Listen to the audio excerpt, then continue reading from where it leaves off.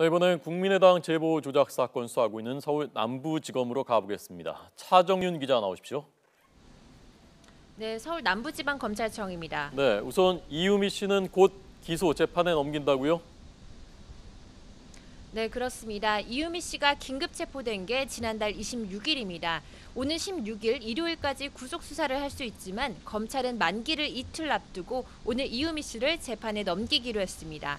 이 씨는 지난 대선 당시 문준용 씨의 특혜 입사 의혹에 대한 카카오톡 대화와 녹취 파일 등을 가짜로 만들어 당에 넘기고 공표하게 한 혐의를 받고 있습니다.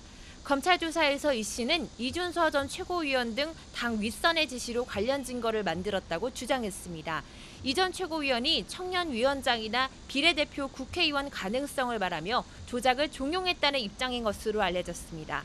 검찰은 허위 자료를 만든 것은 이유미 씨와 그의 남동생이 맞지만 사건을 큰 틀에서 봤을 때 조작을 부추기고 검증을 일부러 소홀히 한 이 전 최고위원을 사건의 핵심 인물로 지목했습니다. 이유미 씨가 오늘 기소되면서 이번 사건의 1단계, 즉 조작 과정에 대한 수사는 일단락된 것으로 보입니다.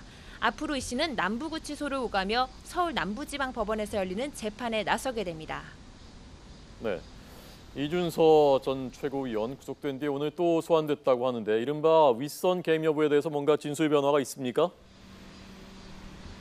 네, 구속 이틀째인 어제 9시간 고강도 조사에서도 이 전 최고위원의 입장은 크게 변하지 않은 것으로 전해졌습니다. 검찰은 조금 전 오후 2시쯤 이 전 최고위원을 다시 불러 조사를 이어가고 있습니다. 본인이 제보를 어떻게 검증했는지 또 제보를 건네받은 공명선거 추진단은 어떻게 제보의 진위를 확인했는지 사실관계를 꼼꼼히 파악할 계획입니다. 검찰은 김성호와 김일원 당시 공명선거 추진단 부단장을 조만간 소환할 예정이라고 밝혀 수사 초점은 검증 과정으로 옮겨지는 모양새입니다. 국민의당은 대선 1위 후보아들의 특혜 채용 의혹을 그것도 대선 나흘 전에 폭로했습니다. 사안의 폭발력을 고려했을 때 당 관계자들이 검증에 소홀했다는 것이 검찰의 판단입니다.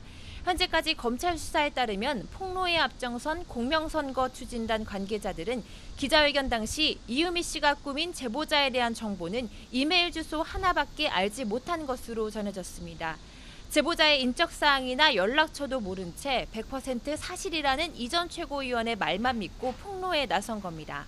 발표자에게 검증 책임이 있다고 지적한 검찰은 공명선거 추진 단장인 이용주 의원 보좌관의 휴대전화를 압수해 통화와 메시지 내용을 분석하고 있습니다. 조만간 공명선거 추진단 관계자들을 소환해 파일을 건넨 경로와 전달 과정에서 오간 대화 등을 추궁할 예정입니다.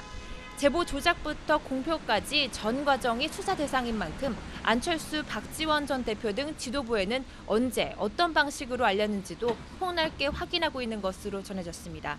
지금까지 서울 남부지방검찰청에서 YTN 차정은입니다.